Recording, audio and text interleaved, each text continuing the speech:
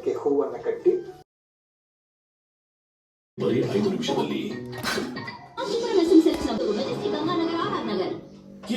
ನಮಸ್ತೆ ಅಮ್ಮ. ನೀವು ನನಗೆ ಫೋನ್ ಮಾಡಿದ್ದೀರಾ? ಆ ಸಂದರ್ಭದಲ್ಲಿ ಅಯ್ಯೋ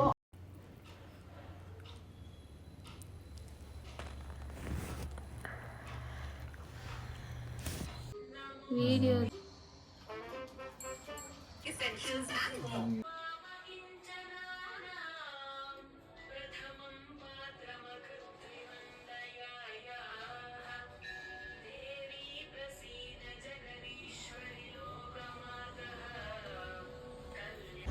ಇದೇ ಮಾಡದೆ ಸಾಕಾಯ್ತು. ಗಂಡನ ಬೇರೆ ಮಾಡ್ತಾರೆ. ಉದ್ರೋಯ್ತಾ ಇದೆ ವೈಟ್.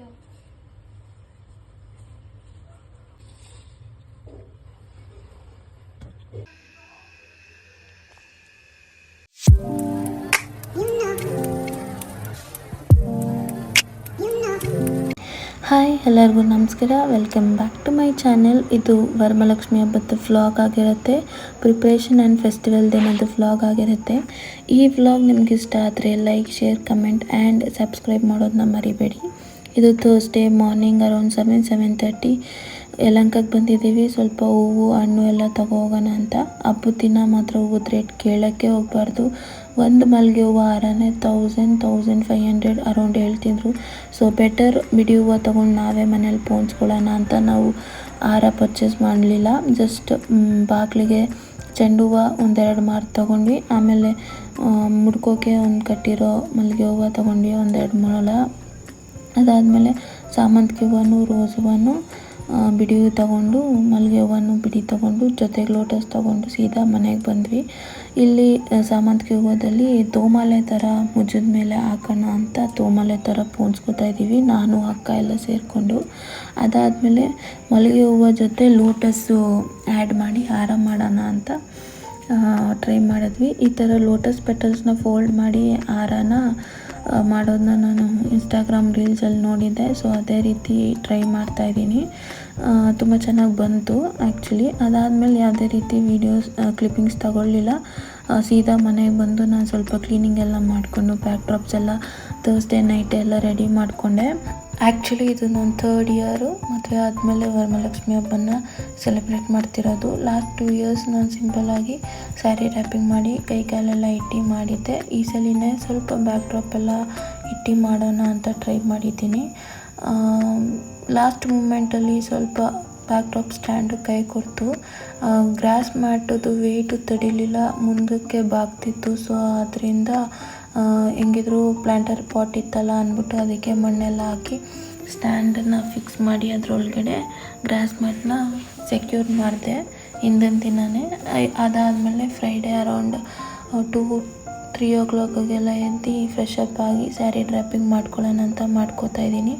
ನಾನು ಜಸ್ಟ್ ಯೂಟ್ಯೂಬಲ್ಲೆಲ್ಲ ಟ್ಯುಟೋರಿಯಲ್ಸ್ ನೋಡಿನೇ ಟ್ರೈ ಮಾಡ್ತಾಯಿದ್ದೀನಿ ಸಿಂಪಲ್ಲಾಗಿ ಕುಂಚನ ಅಂತ. ನನಗೆ ಈ ಥರ ಕೈ ಕಾಲೆಲ್ಲ ಇಟ್ಟು ನಮ್ಮನವ್ರನ್ನ ಕುಣಿಸೋಕ್ಕೆ ನನಗೆ ತುಂಬ ಇಷ್ಟ. ಏಕೆಂದರೆ ಕೈಗೆಲ್ಲ ಬಳೆ ಎಲ್ಲ ಹಾಕಿ, ಕಾಲಿಗೆ ಗೆಜ್ಜೆ ಹಾಕಿ, ಚೆನ್ನಾಗಿ ಒಡವೆ ಹಾಕಿ, ಡ್ಯಾಬ್ ಹಾಕಿ ಸೊಂಟಕ್ಕೆ ಆ್ಯಂಡ್ ಸೊಂಟಕ್ಕೆ ಗೆಜ್ಜೆ ಹಾಕ್ತಾರಲ್ಲ ಅದನ್ನು ಪರ್ಚೇಸ್ ಮಾಡಿದ್ದೆ ಈ ಸಲ. ಅದನ್ನು ಇಟ್ಟಿದ್ದೀನಿ. ನಂಗೆ ಆ ಥರ ಎಲ್ಲ ಅಲಂಕಾರ ಮಾಡೋಕ್ಕೆ ತುಂಬ ಅಂದರೆ ತುಂಬ ಇಷ್ಟ ಆಗುತ್ತೆ. ಆ್ಯಕ್ಚುಲಿ ಎಲ್ಲ ಹಬ್ಬಕ್ಕಿಂತ ನನಗೆ ವರಮಹಾಲಕ್ಷ್ಮಿ ಹಬ್ಬ ಅಂದರೆ ತುಂಬ ಇಷ್ಟ ಆಗುತ್ತೆ. ಆಲ್ಮೋಸ್ಟ್ 2-3 ಮಂತ್ಸಿಂದನೇ ನಾನು ಪ್ರಿಪೇರ್ ಮಾಡ್ಕೊಬರ್ತಾ ಇರ್ತೀನಿ. ಈ ಥರನ ಮಾಡೋಣ, ಆ ಥರ ಮಾಡೋಣ ಅಂತೆಲ್ಲ. ಹ್ಯಾಂಡಲ್ಲಿ ಮುಖವಾಡಕ್ಕೆ ಅಲಂಕಾರ ಮಾಡೋಣ ಅಂತ ಮಾಡ್ತಾಯಿದ್ದೀನಿ. ಜಸ್ಟ್ ಅರಿಶಿನ ಕುಂಕುಮ ಹಾಕಿ ಅಲಂಕಾರ ಮಾಡ್ತೀನಿ ಅಷ್ಟೇ. ನಾನು ಐಲೈನರು, ಲಿಪ್ಸ್ಟಿಕ್ ಎಲ್ಲ ಹಾಕಿ ಏನು ಅಲಂಕಾರ ಮಾಡಲ್ಲ. ಸಿಂಪಲ್ಲಾಗಿ ಜಸ್ಟ್ ಕುಂಕುಮ ಅರಿಶಿನ ಅಷ್ಟೇ. ಆ್ಯಂಡ್ ನನ್ನ ಜೊತೆ ಒಂದು ಮುತ್ತಿನ ವಾಲೆ ಜುಮ್ಕಿ ಇತ್ತು. ಸೊ ಅದನ್ನೇ ಹಾಕಿ ಆ್ಯಂಡ್ ಸ್ಟೋನ್ದು ಕಿರೀಟ ಇತ್ತು, ಅದನ್ನೇ ಹಾಕಿ ಜಸ್ಟ್ ಸಿಂಪಲಾಗಿ ಅಲಂಕಾರ ಮಾಡಿದ್ದೀನಿ. ನನಗೆ ಗಿಜ ಥರ ಮುಖವಾಡಕ್ಕೆ ಅಲಂಕಾರ ಮಾಡೋಕ್ಕೆ ನಂಗೆ ಇಷ್ಟ ಇಲ್ಲ. ಸಿಂಪಲ್ಲಾಗಿರಬೇಕು, ಲಕ್ಷಣವಾಗಿ ಕಾಣಬೇಕು, ನೋಡಿದ್ರೆ ನಗುಮುಖದಲ್ಲಿ ಕೂತಿರೋ ಥರ ಕಾಣಬೇಕು. ಆ ಥರ ನನಗಿಷ್ಟ ಆ್ಯಕ್ಚುಲಿ. ಸೊ ಅದೇ ರೀತಿ ಅಲಂಕಾರ ಮಾಡಿಬಿಟ್ಟು ಹೂವು ಎಲ್ಲ ಹಾಕಿ ರೆಡಿ ಮಾಡ್ತಾಯಿದ್ದೀನಿ. ಎಲ್ಲ ರೆಡಿ ಮಾಡಿ ಇಟ್ಕೊಂಡ್ಬಿಡ್ತೀವಿ. ಆ ರೀತಿಯಾಗಿ ಮಾಡಬಾರ್ದು. ಅಮ್ಮನವರಿಗೆ ಪೂಜೆ ಒಂದು ಹಂತದ ಮುಗದ ನಂತರದಲ್ಲೇ ದೂರ ಗ್ರಂಥಿಯ ಪೂಜೆ ಮಾಡ್ಕೊಳ್ಬೇಕು.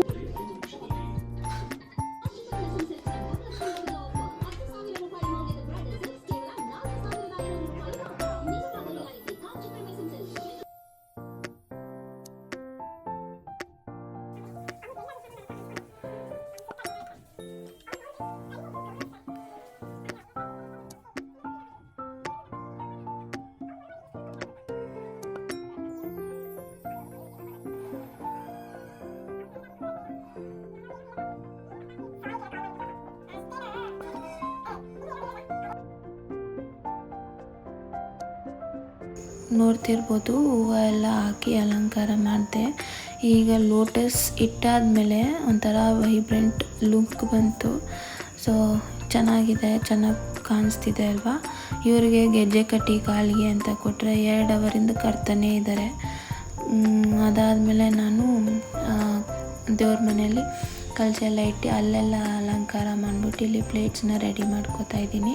ನಾನು ಜಸ್ಟ್ 2-3 ಪ್ಲೇಟ್ಸ್ ಅಷ್ಟೇ ಇಡೋದು, ಜಾಸ್ತಿ ಪ್ಲೇಟ್ಸನ್ನು ಇಡಲ್ಲ. ಒಂದು ಡ್ರೈ ಫ್ರೂಟ್ಸ್ ಪ್ಲೇಟು, 5 ಥರ ಡ್ರೈ ಫ್ರೂಟ್ಸು, 5 ಥರ ತಿಂಡಿ ಐಟಮ್ಸು ಆ್ಯಂಡ್ 5 ಥರ ಹಣ್ಣುಗಳು, ಇಷ್ಟೇ. ಇದು ಬಿಟ್ಟು ನಾನೇನು ಇಡಲ್ಲ. ಈ ಐಟಮ್ಸ್ನೆಲ್ಲ ನಾನು ಅಂಗಡಿಯಿಂದನೇ ತಂದಿರ್ತೀನಿ. ಜಸ್ಟ್ ನೈವೇದ್ಯಕ್ಕೆ ಪಾಯಸ ಮಾಡಿಟ್ಟಿದ್ದೆ ಆ್ಯಂಡ್ ರವೆ ಉಂಡೆ ಮಾಡಿದ್ದೆ, ಇಷ್ಟೇ. ನಾನು ಜಾಸ್ತಿ ಏನು ಮಾಡಿಲ್ಲ. ಸೊ ಈಗ ಬನ್ನಿ ಪೂಜೆ ಮಾಡೋಣ.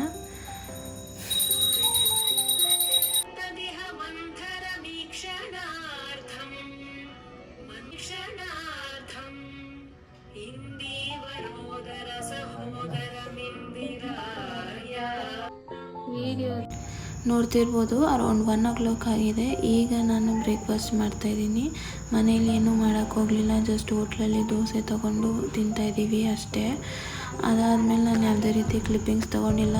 ಜಸ್ಟ್ ಒಂದು 2-3 hours ಚೆನ್ನಾಗಿ ನಿದ್ದೆ ಮಾಡಿ 4 o'clockಗೆಲ್ಲ ಎದ್ದು ಕಸ ಎಲ್ಲ ಗುಡಿಸಿ ಮತ್ತು ದೀಪ ಎಲ್ಲ ಹಚ್ಚಿ ಪೂಜೆ ಮಾಡಿದೆ. ಇನ್ನೇನು ಅಮ್ಮನ ಮನೆಗೆ ಕುಂಕುಮ ತೊಗೊಳಕ್ಕೆ ಹೋಗೋಣ ಅನ್ನೋಷ್ಟರಲ್ಲಿ ಮಳೆ ಅಂದರೆ ಮಳೆ, ಹಬ್ಬದ ದಿನ ಮಳೆ ಬಂದರೆ ಒಂಥರ ಹಿಂಸೆ ಆಗೋಗುತ್ತೆ. ಅಷ್ಟು ಚೆನ್ನಾಗಿ ರಂಗೋಲಿ ಬಿಟ್ಟು ಕಲರೆಲ್ಲ ಹಾಕಿರ್ತೀವಿ, ಮಳೆ ಬಂದೆಲ್ಲ ಹೋಯ್ತು. ಸೊ ಏನೂ ಮಾಡೋಕ್ಕಲ್ಲ ಅಂದ್ಬಿಟ್ಟು ಮಳೆ ನಿಂತ ಮೇಲೆ ಅಮ್ಮನ ಮನೆಗೆ ಬರ್ತಾಯಿದ್ದೀನಿ. ಅಮ್ಮನ ಮನೇಲಿ ಯಾವ ಥರ ಕುಂಚಿದ್ರು ಅಂತ ನಿಮಗೀಗ ತೋರಿಸ್ತಾ ಇದ್ದೀನಿ.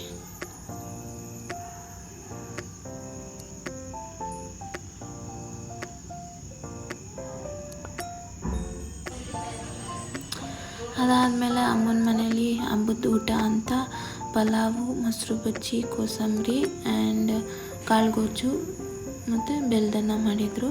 ಆ್ಯಕ್ಚುಲಿ ವಡೆಗೆ ಉಣ್ಣೆ ಹಾಕಿದ್ರು, ಆದರೆ ಆಗ ಮಾಡೋಕ್ಕಾಗಲಿಲ್ಲ ಅಂತ ಅದನ್ನು ಹಾಗೆ ಫ್ರಿಜ್ಜಲ್ಲಿ ಎತ್ತಿಕ್ಕಿದ್ರು. ಮತ್ತು ಸತಡೆ ಮಾಡಿಕೊಂಡು ತಿಂದ್ವಿ. ಇಷ್ಟೇ ಅಮ್ಮನ ಮನೇಲಿ ವೆರೈಟೀಸ್ ಮಾಡಿದಿತ್ತು. ಆಮೇಲೆ ಅಕ್ಕನ ಮನೆಗೆ ಹೋದೆ ಕುಂಕುಮ ತಗೊಳ್ಳೋಕ್ಕೆ. ಇದು ಅಕ್ಕನ ಮನೇಲಿ ಯಾವ ಥರ ಕುಂಚಿದ್ರು ಅಂತ ಕ್ಲಿಪ್ಪಿಂಗ್ಸ್ ಆ್ಯಡ್ ಮಾಡ್ತಾಯಿದ್ದೀನಿ ಅಷ್ಟೇ. ಆಮೇಲೆ ಅಮ್ಮ ಅಕ್ಕ ಇಬ್ಬರು ನಮ್ಮ ಮನೆಗೆ ಬಂದಿದ್ದರು ಕುಂಕುಮ ತಗೊಳ್ಳೋಕ್ಕೆ. ನಾನು ಕ್ಲಿಪ್ಪಿಂಗ್ಸ್ ತೊಗೊಳ್ಳೋದೇ ಮರ್ತೋದೆ, ಫುಲ್ಲು ಟಯರ್ಡ್ ಆಗೋಗಿತ್ತಲ್ಲ, ಸೊ ಮರ್ತೋದೆ ಅಷ್ಟೇ. ಇದು ಪ್ರೀವಿಯಸ್ ಇಯರ್ಸ್ದು ಫೋಟೋಸ್ ಆ್ಯಡ್ ಮಾಡ್ತಾಯಿದ್ದೀನಿ. ಒಂಥರ ಮೆಮೊರೀಸು ನೋಡೋಕ್ಕೆ ಒಂಥರ ಖುಷಿ ಆಗುತ್ತೆ ಅಂತ ಆ್ಯಡ್ ಮಾಡ್ತಾಯಿದ್ದೀನಿ ಅಷ್ಟೇ. ಈ ವ್ಲಾಗ್ ನಿಮ್ಗೆ ಇಷ್ಟ ಆದರೆ like, share, comment and subscribe ಮಾಡೋದನ್ನ ಮರಿಬೇಡಿ.